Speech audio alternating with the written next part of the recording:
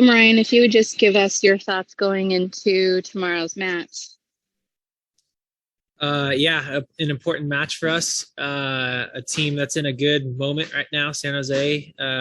They've been playing well, getting results in the league, and so a big test for us, and an exciting way for us to kind of finish this kind of first chunk of the season before a little international break, so a lot to play for. A good way to go out for this international break, staying on top of the table. Hey, Ryan, if you can maybe tell us, you mentioned want to finish off this part of the season strong before you go into the break.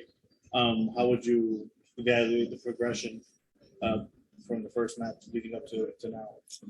Yeah, I think there's a lot of things we've done well in the first, let's call it chunk of the season. Maybe it's the first third or so of the season. A lot of things we've done well, things that we still need to improve upon. But with where we're sitting at the top of the Supporter Shield race and with the way we've been playing, knowing that we can be better, I think puts us in a really, really good spot. There's going to be things we want to focus on too, coming back and after the international break and continuing to work on as a team. Obviously getting a lot of guys healthy after a big bout of injuries here. So there's going to be a lot to kind of focus on when we come back. But the goal at hand is to get 3 points at home. Every time we're at home at the bank, we want 3 points, get 3 points against San Jose. And we'll do everything in our power to do that. And then when we come back after the break, we'll be ready to push even harder. This team has a lot. I think we haven't tapped into a lot of what this team can do still. That's scary to think about considering where we are at the table. Thank you. We'll open it up for questions and start with Max Breton. Thank you, Crystal. Ryan, how's the mustache treating you? Where do you think you are with it right now? Yeah, I'm just looking at myself in this Zoom meeting, and it's just everything I've ever wanted to be. So it's treating me really well. And oh man, good. I forget about it at times. I don't know how much longer it's gonna make it. Honestly, the wifey usually is just like, we gotta get rid of it. And this is the longest it's lasted. So it's been a couple weeks now. But I've got a lot of support here at the team. So I got to stick. That's good to hear. It's got some nice volume. Ryan, I know about Wednesday was so emotional, and it's important for professional athletes to be able to, and especially when the game in tight quarters, to spin it forward. What is the checklist for you to get yourself ready for the next challenge after a game like that, after a game where you spent so much emotions into? Yeah, I mean, those games are really hard to lose. We go in with everything we have to win those games. There's never a moment, in the season where we're going in half-hearted, trying to maybe sneak out a tie or win. I mean, the way that we play here, this club, the DNA of this club is we're trying to get 3 points every time we step on the field. Doesn't matter if we're home or away or at the bank or any other stadium, we're trying to get 3 points. And so anything less than that, I mean, first and foremost, we as a group are most disappointed in ourselves, ways that we could have been better. We're always, analyzing games afterwards. What could I have done better? Different pockets I could have been in. How could we have exposed them more? Like, we're asking those questions as players after every game. And so first and foremost, we have our own kind of pride and desire to bounce back after a game like that. But it's also super important. It's a really long season. It's a long year here in the MLS. And so we're not hanging our hat on one victory or one loss or one tie or one anything. Like, it's a long season with a lot of trophies to be won, and we're going after all of them. So there's no question that, it's a disappointment to be out of the Open Cup at this stage, and that we had higher goals for ourselves, but we're also in a really good spot moving forward on both Supporter Shield race and to make a run at the MLS Cup. So no, you can't in this league. You got to have a thick skin and a really short memory, and you've got to be ready to bounce back. And that's what we plan to do tomorrow. Thanks, Ryan. Thanks, Max. Go ahead, Josh. Thanks. Hey, Ryan. A lot of talk after the match on Wednesday in the immediate aftermath about it was a group of individuals as opposed to a collective playing together.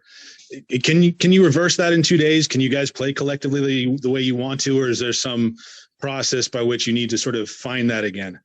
No, absolutely. I mean, it's not like if you've seen the first 13 games, whatever we've had of this season, the way that we played as a group, there's no question that our identity here is clear. And every game, it's so hard to um, say exactly what's going to happen, but every game is different. Every game throws you kind of different curveballs, different things to kind of adjust to. And so there's times where you can get into this mentality of, I need to do something, I need to create, you go down a goal or you go down 2 goals and you start thinking, okay, I got to be the one to make the difference, which is, they're all good things to be thinking.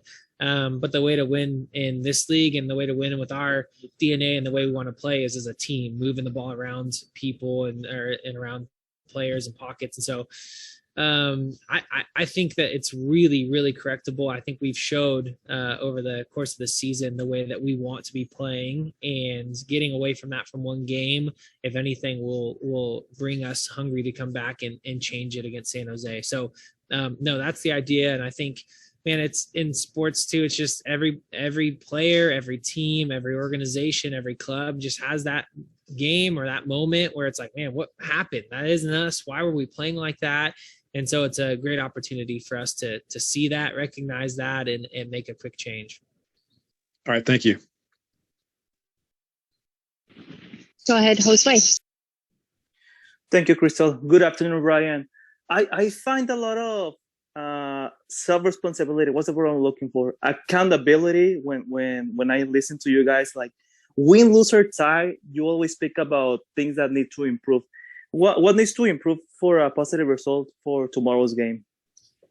Yeah, I think we've touched on a lot of it already today. It needs to be a group effort, not 11 individuals. It needs to be back to LAFC football, which is moving the ball quickly, going directly through the middle of the field, not trying to waste time, go around, play individually. A lot of what we do here is 1 and 2 touch football, move the ball fast, make teams run, find good pockets, and go directly towards goal. And so getting back to those basics, the simplicity of that is what we'll do. We don't have to rethink the wheel here too. I think, media is trying to make it seem like there's all these things going on. We're coming off a real interesting kind of stretch of some injuries, guys that are kind of been in and out of lineups. Our lineups have changed so much in the last couple of games. There's also been these kind of other circumstances, and we're not making excuses, but I think it's just shows that this team is resilient. We're ready to bounce back, and it's not like, we're not on the training field throwing everything out and saying we got to start from scratch and get somewhere. It's like, no, we know where we're going. We know what path we're on.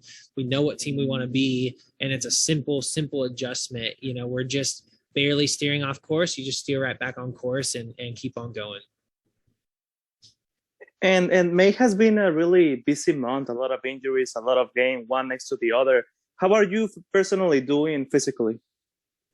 Yeah, I mean, I was one of the injuries, right? I strained the MCL in the Colorado game, and I've been pushing as hard as I can to get back as quickly as I can, knowing how many games we have in a short amount of time. And so I don't feel 100%, but I feel like I'm making strides and getting healthy and able to play and able to push through the pain and push through what's there. But I think the team is excited for a little bit of a break with this international break to get a lot of our injured players healthy again. I know I'm looking forward to getting some time to really rehab my knee. But I mean, I'm grateful. It could have been a lot worse, and I can deal with the pain. So I'll be ready to go and ready to play. And when I get on the field tomorrow, I'll be 100% for whatever this team needs from me. Thank you, and good luck tomorrow. Last question for me. Taking on an opponent like San Jose, faced many times in Dallas.